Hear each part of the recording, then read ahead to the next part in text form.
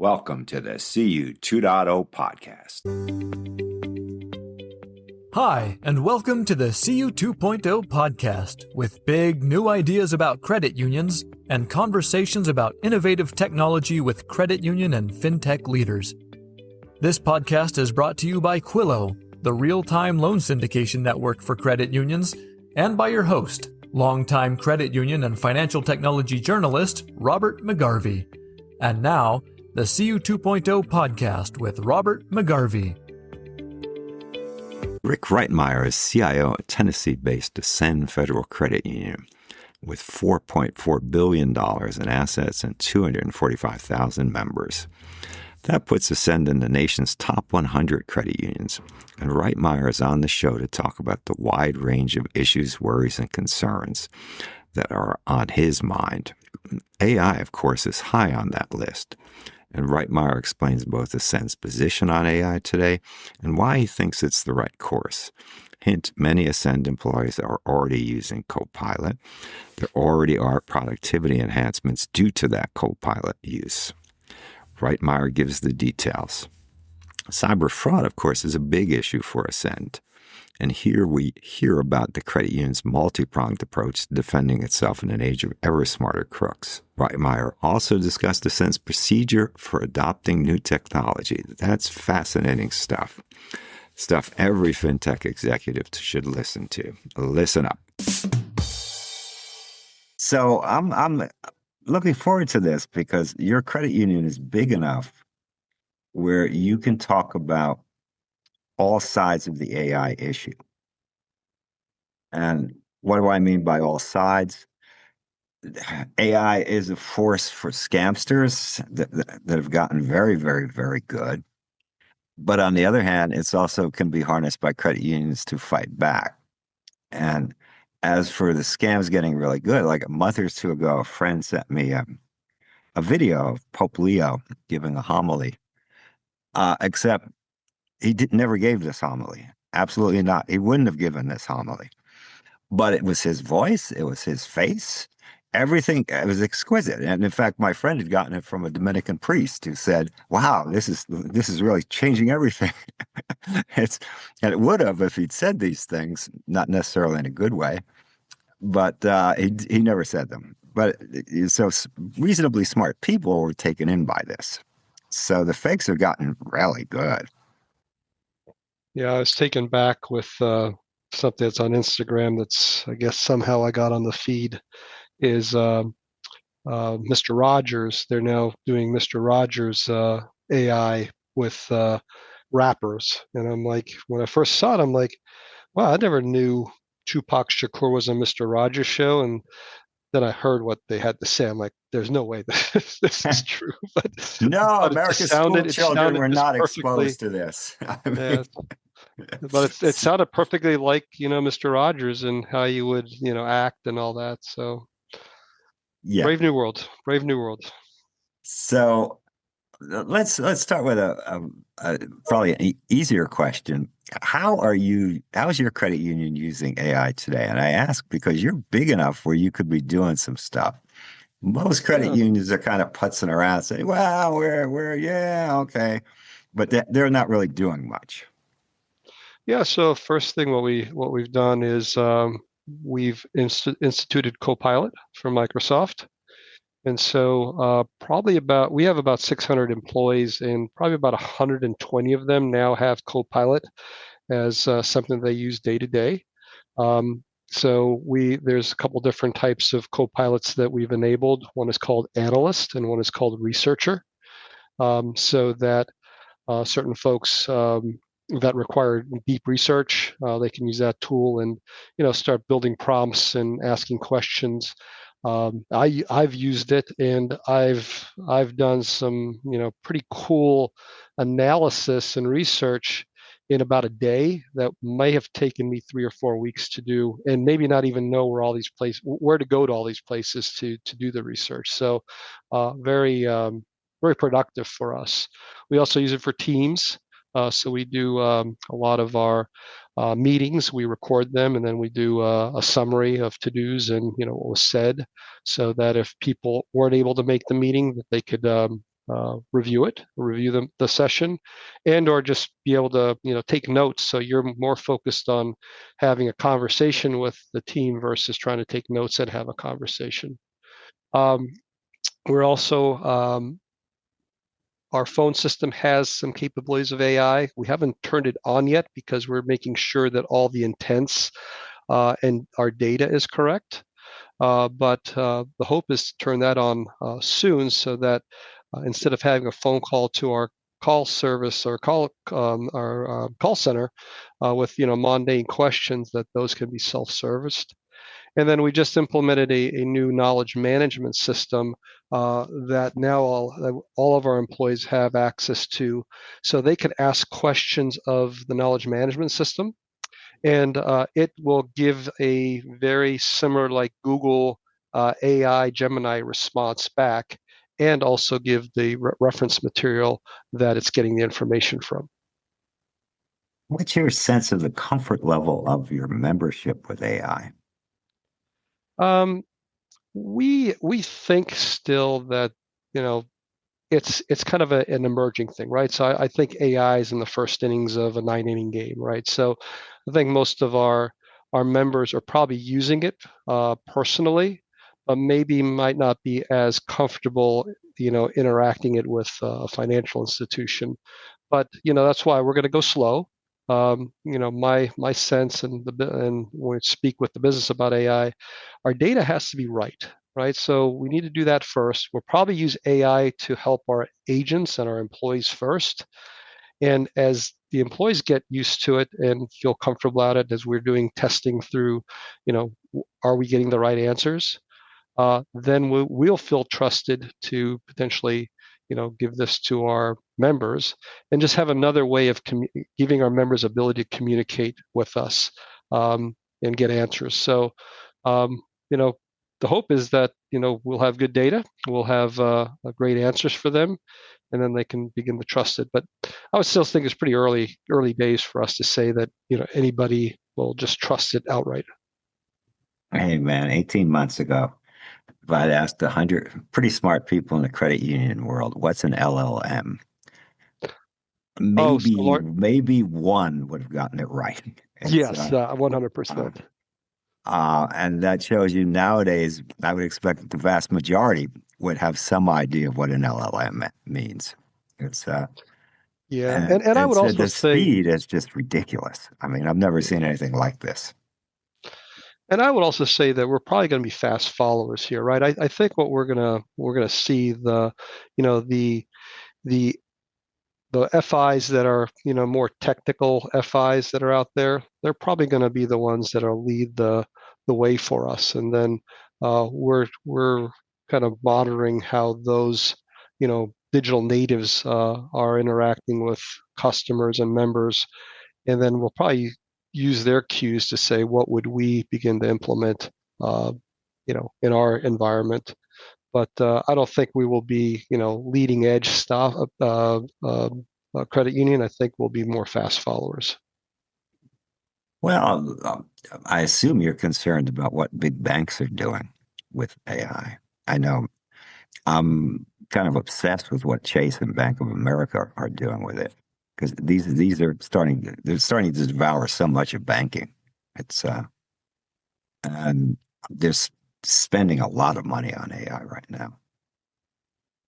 Yeah, I mean, again, I look at it is they if the data is right, then it will be very valuable. If the data is wrong and you're getting poor answers, or you're getting poor service, or you're getting pushed back to a human, it's going to be not a great experience. So we're keeping a keen eye on how they're developing their services and how useful they are, and from there we'll take our paces and try to move forward with what best makes our membership happy with the services that we have.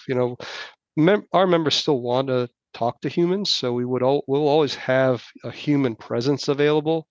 But for those folks that might just need a quick answer, those are the things that we're kind of focusing on ourselves, and also watching what the Chases and the Cities and the Bank of Americas are doing in being able to answer quick questions accurately and um, I guess accurately, I'll say. Well, as regards the quality of the data, I've been working with computers since approximately 1982. And it's always been the case, garbage in, garbage out. And it's still the case today. Here you And go. uh, and it's just as much the case as it was in 1982. So Yeah, that doesn't change, right? Regardless if it was a report, an analysis, now giving answers. We just have to be very cognizant of how we collect our data, how we inspect our data, and how we curate our data. Um, Doing that well will then ensure that you'll have a good experience both from analysis and or self-service. now, what kinds of AI-driven cyber attacks are you seeing, and how are you using AI to thwart these attacks? Or perhaps you're not. Maybe you're just using smart humans. So we have a suite of products that we use, and we've also built some playbook automations. So, we get as every other FI and probably every other company, there's millions of attacks that happen or millions of incidents that happen each day. And so what we're doing is, I'll say the playbooks aren't completely AI yet, but there's machine learning to it, and we're building those out to say, for all those different things that happen each day, ferret out the things that a human actually has to look at, right? So we're not gone all the way to say the machine will always do everything, but as there are certain things that we know they're either false positives or they're things that we expect to happen. We have some automation that we use to either quarantine that or just close the incidents. But anything that are anomalies, we don't let the machine just to take care of it. We then have a human take a look at it and make sure that it's not an attack that we should pay attention to. Rarely, so far, most of the attacks are still, or the incidents are still non-issues. But from time to time, there are a few things that we get alerted, and we have to get into a room and kind of think through what this is, and do we have the right defenses in place um, to thwart it, or if not, what do we need to do? You mentioned machine learning, and I've thought about that a lot in recent years, where 20 years ago, I've had an American Express card for a long time. 20 years ago, if I'd gone to a Apple store in Nashville and attempted to buy $10,000 worth of computers, Amex would have declined it because I never before had set foot in Nashville and never before had set foot in an Apple store. The machine learning 20 years ago would have been good enough to say, nope, there's a problem with this charge. And maybe they would have had a representative call me to talk to me in the store at that moment of decline. I had that happen at least once. And I said, yep, it's me. And I answered some question. They said, okay, try it again. But all machine learning driven. And I don't think, I mean, to me, that was working really great. And that was not AI, but it was the predecessor to AI, if you will. Yeah, and we have our third party vendor has that type of capability as well for our credit cards. So, um, you know, everybody kind of puts a moniker of AI on things just because they have to. Well, hey, But man, it's cool. If I tell you this is yeah, machine learning, you're going to say, I'll give you $1.25 for it. If I say, oh, wow. No, no, no, no. This is open AI, AI driven. You'll say, oh, I'll give you $10 for it. I yeah, mean, absolutely. And that's why that's kind of my role and my team's role is as vendors come in to tout their wares or their services or their technology. That's kind of what we kind of try to unpack to say, is it true AI? If it is, then we have different questions to ask. If it's machine learning, it's still fine. I mean, it's still a valuable technology if it works. But I say most vendors have machine learning in place. AI is still coming.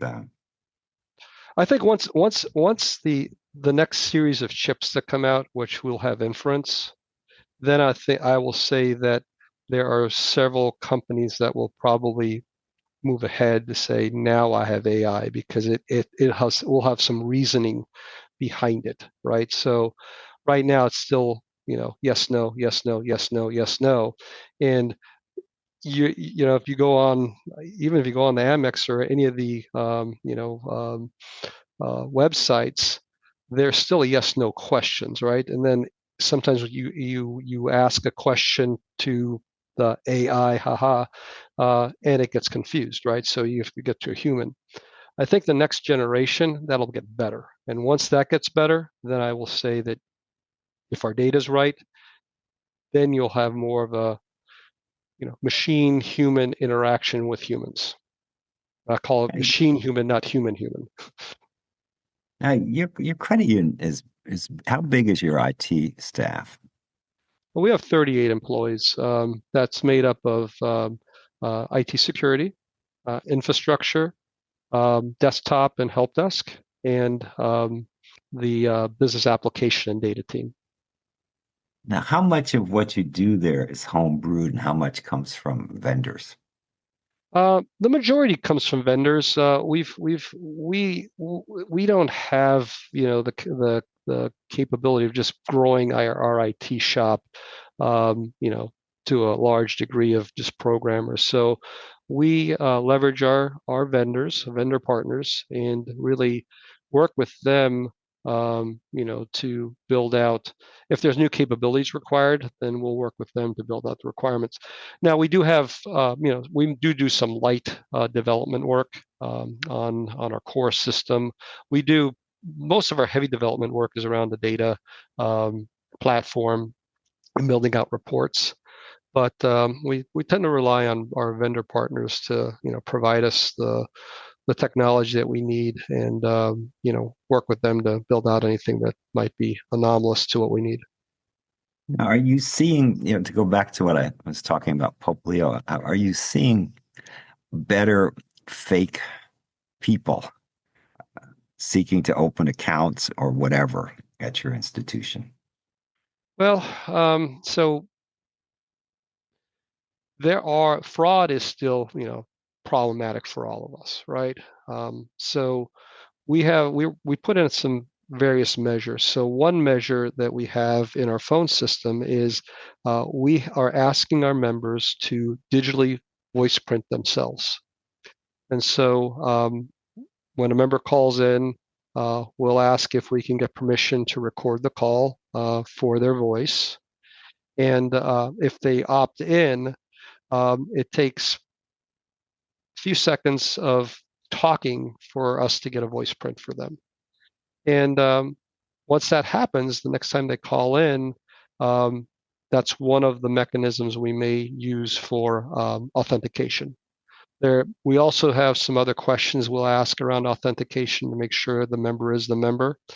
And if all those things pass, then we'll work with them. If it doesn't pass, then we'll tell them that an answer or something is wrong, and we'll ask them to go to a branch to physically do the transaction. We also have some other things in place. I don't want to give too much away, but we have some other things within our tech stack that help limit how transactions work. Now, that puts some friction into the environment. I know people want it to be frictionless and easy, but unfortunately, the more frictionless and easy you make it, the more the fraudsters kind of can glom onto that and exploit the members. So we always try to be very balanced and make sure that we do a really good job in protecting our members first, but also try to give them the best experience possible without causing issues with fraud. Do you We have also have a fraud department here that's very diligent in looking at how fraud works, and works with the IT team and the business to help mitigate what we can. But it's a tough world out there. A lot of bad guys out there, looking for money and trying to find ways to get it out of our members' hands. Well, as I've told people for some years, and you'll understand what I'm saying, you have professional staff, but the criminal organizations have professional staff. And they're really pretty good professionals. They just have to be morally corrupt and bent, but they're good. It's so you can't. It's no longer the mentally ill 16-year-old in his parents' basements. I mean, that might happen from time to time, but that's not the real threat now. Oh, well, 100%. I mean, we belong to a number of security groups that talk through that and give us insight as to the bad actors that are out there and how their vectors are, what they're trying to do.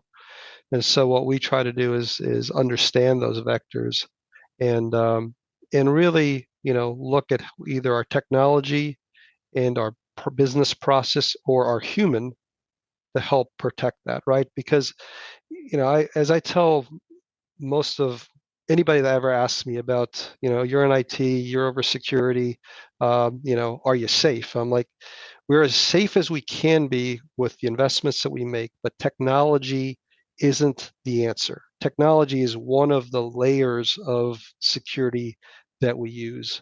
Business process is another, but still the weakest link is the human. And so if we can continue to educate and train our employees and also our members to look at things that potentially could be damaging to either the credit union or themselves and understand what's happening, that is the biggest defense that we can have. All the technology in the world still can't replace a human making a bad decision. And every day I get 2 or 3 emails asking me to approve an invoice, which I don't look at because I've never heard of the company. And a bunch of that stuff is screened out before I even see it by the email system. But nonetheless, 2 or 3 come through every day. I mean, they're clearly seeking to get me before I've had my first cup of coffee. And I say, oh, heavens, I have to, yeah, okay. $14,000 at an Apple store? No, that's not me.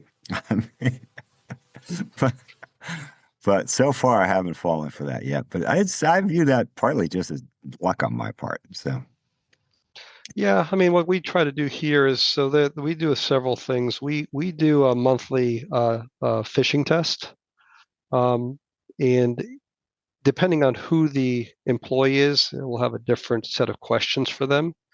And every employee has to go through it each month. And if they succeed, if they pass, then they get congratulations. If they fail, then there's some mandatory training that's required for them. And it's funny, the more training we've done, the more people are being a little bit more vigilant about just emails in general, saying, yeah, we're getting more and more alerts. We have a button on our email that says, is this a phish? Click this button and it goes to security. We're getting more and more people clicking that now, saying, I'm not quite sure if this is a legitimate email or not. And so that makes me feel good. Out of our 65% of the people report phishing now in our exercise, which is fantastic. So it makes people think about what the process is. Report if you think there's a problem. So I'm happy that more and more people each month are reporting the exercise. And really, the other thing that we do is if I always tell people, if you get an email that you're not expecting or has some urgency to it, stop and think about this first. Don't go off and just say it's because it comes from the CEO. You got to react right away. Think about that. And if you really have a question, go call the person. Did you send this email? Taking a few extra minutes of making a decision versus just quickly handling the transaction will save sometimes the company a lot of money and or our members a lot of money. Well, I get an email at least once a week from my credit union telling me they're closing such and such account of mine because I'm a bad person or words to that effect.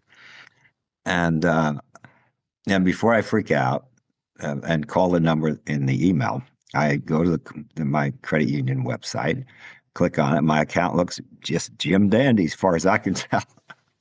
And that takes me, I don't know, 30 seconds to check that out.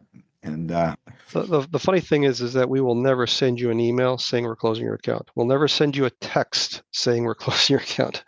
It will usually be a formal letter if that ever were to occur. Or during the course of transactions, we will tell you something. So I just, will always remind members or customers, think before you act. What bad guys try to do is, make it so urgent or so outlandish that you might not be thinking clearly, and you're going to try to you'll fall for the trick. And I always say, stay calm, like you just said. If you really question it, never take any of the information that comes from an email or a text. Always go to the official website, or look up the official phone number, or go to your branch and talk to the people. And sometimes I'll say bring the email with you, because it sometimes is very helpful to understand, what are people doing, so that we can do either fraud. The fraud team can look at the email and see what we can do with law enforcement, or we from IT can take a look at it and see if we can shut things down. We have other tools that we've invested in that scan the internet for impersonations. And what we get, at least a few times a month, someone trying to impersonate our credit union. And the good news is that the system alerts us to that, and we have a service that can shut that down very quickly, so that we can again help our members not get spearphished, or do smishing, or all the other different ishings that are out there that the bad guys are trying to do. now I've heard this from people in similar positions to yours in the past, but I haven't asked the question in a few years. Do you get a lot of, let's call it, possibly really fishy and wrong LinkedIn link requests? Yeah, before this call, I looked you up on LinkedIn, and it just occurred to me you're there. Anybody can look you up and do. And as I say, people in similar positions to yours in past years told me they were like prime targets for a lot of criminals out there. So again, we have a tool that protects our executives. So as LinkedIn is one of the places the tool looks, and helps identify some if there's a bad actor out there. Mostly what I get, in my opinion, are these LinkedIn things about, hey, you're such a smart person, we want to contract you for some, service, and we'll pay you for it. I've never fallen for that, because I always think that that's a scam in some way. So we have some tools in place, and we try to educate folks, but we haven't seen too many impersonations of our executives, and or messages that are coming in from LinkedIn that try to trick us into things, other than like I said, these interesting emails. I'll pay you $500 for an hour of your time, and I'm like, yeah, I don't. I'm not falling for that. That's too good to be true. I go back to voice prints. Yeah, I've done approximately 500 podcasts. Anybody can get my voice and do what they want with it. It's pretty accessible. So if an institution has a voice print for me, what good is that? The tool that so I will say that it is a game of cat and mouse. Okay, so bad guys are continuing to try to synthesize the voice to become more human-like. Our vendor that we're using are trying to stay ahead of that. So I'm never going to say it's never going to happen, but our vendor has said that today, capturing a voice print, off of a computer or some news feed, there is still some ways our vendor can see that that is still a synthetic voice versus an actual voice. But um, you know, bad guys are getting better at this, and so we're just staying very close with our vendor to make sure that they're staying ahead of the bad guys and implementing, so we can implement, upgrades to the tool so that we can continue to, really understand if this is you talking or if it's some impersonator talking. Do you have a fully digital account opening, a new member opening account? Yeah, so we have our online account opening, but again, it's not fully digital. There's still humans that then inspect the account and makes decisions off of it. So, we've made it easier for people to apply, but there's still a human, taking a look at the application and making sure that everything is what it is, and ensures that the human is the human, and it's not a bot or something else that potentially could open account and then cause us problems. So a prospective member can actually complete the member enrollment process entirely online. Yes, either on our website or in our digital platform. Cool, because a lot of credit unions were holding back. You could just come in to the nearest branch and we'll just finalize this. Yeah, I mean, we still have that option as well, but obviously we're trying to be modern, but again, we're not trying to just say all decisions are made by a computer. It's just making sure that some of the mundane things are being able to be done in a digital format, so that when we do talk to the member or the potential member or make our decisions, that we don't have to spend a lot of time collecting information that could be done in the member's due time versus elongating a call or elongating a an in-branch visit, because an in-branch visit folks can can pull up the application there as well and make sure everything checks out before we allow that to be a member or have the person join the membership. Now, when did you start at this credit union? I started 3 years ago, so I'm relatively new to the credit union space. I actually come from the casino, hospitality, and retail environment, so um, it's a fascinating job. I wish I would have known about credit unions years ago. I just love the mission, and I love just how the credit union movement works. Everybody shares information with each other versus being a competitive. And it's just, I don't know, it's just a breath of fresh air for me. So I really, really enjoy working in this environment. Yeah, as I've told people, and many people find it almost impossible to believe. But if you're having a problem and you're talking with a peer of yours who has the same position as you, but say in credit union in Colorado or California, there's a 50% chance that person will say, I have the solution and I will give it to you. Not I'll Yes. sell it to you. I will give it to you. And it's unimaginable that JP Morgan Chase would say that to Bank of America at a conference. Unimaginable. Just ain't going to happen. More folks should understand the credit union movement. I think if people really understood, you know, the power of the collective versus the power of the individual, I think people would really, enjoy um, what credit unions provide in the United States. Um, so I didn't know much about it when I started, but uh, I am hook, line, and sinker. I've fallen in love with the movement, and I tell everybody I can to say, yep, you might like Chase, you might like Citi, you might like some of these other bigger banks, but we can do just as much as they do, and I think we're friendlier and provide you better service than some of the bigger guys can.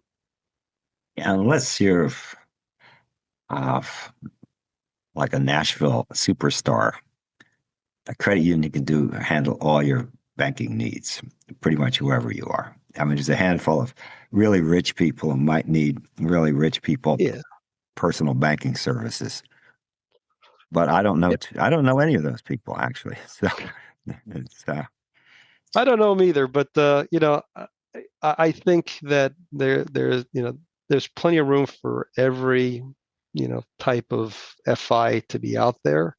But I would just say if you're looking for something more community based, something that is not for profit. We're not out here trying to make a profit. We are trying to, every dollar we make, we try to give that back to the membership to say, what can we do better? What new services can we provide? What more experience can we provide, or what new product can we provide that makes your life better? That's what credit unions do. So, some people still like the big banks. Okay, good, but like you said, I think we can do um, almost every service just as good, if not better, than some of the big boys. now you can answer a question that I don't talk to too many people who could answer it because they don't have recent meaningful experience outside of the credit union world. I often hear from fintech guys, God, credit unions. They always love credit unions, but they are really slow to make a decision. Are they telling the truth from where you sit? Now, these guys like credit unions. They're just, a guy will come out and say, had a great meeting. And I say, well, they'll probably make a decision in about a year. And he said, well, can't be that long. Oh, probably it will be. So, I will just say it depends on the service, right? I've seen um, some services or product that was implemented fairly quickly, right? It's also, the maturity of each institution, right? Some people may really want the product, but it may take some time for them to, be able to implement it. So for our credit union, we've done a few things. One is um, we have a governance process in place. So as new ideas come in, they get governed and quickly either said yes, move forward and I won't bore you, but we call it the 6Ds from discovery to define to design to develop to deploy and disengage. And so what we've implemented here is to say monthly we meet. Uh, Anybody can come to the meeting. They can have an idea. We govern the idea or we vote on the idea. If it's a good idea, we move forward. If it's not a good idea or if it's something that's not right for us today, we'll deny it. So that hopefully gives vendors a more a quicker turnaround of like, well, maybe. It's like yes or no. And we do take more time in design now. Something that I've kind of brought to the credit union to say, from an idea to deployment doesn't work. We need to understand what our requirements are. What is our, what is the scope? What are we trying to accomplish? And work with the vendors to make sure that the product meets what the needs are. And so that sometimes takes more time. It sometimes takes more effort for the vendor to do that additional work.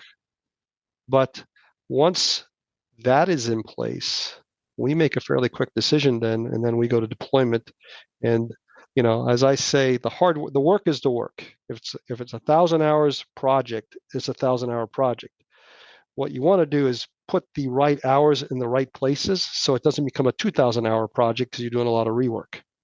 So we're trying to be more disciplined around that and governing our work. And then we're continuing to try to streamline the purchasing process and all that. That's another place sometimes it gets bogged down where contracts take longer. So as we go through these 6Ds, the contracts kind of begin to start being reviewed and approved so that when the project is approved to, be developed and deployed, we don't have a lot of hangups and time wasting going on that, hey, we still need to do the contract.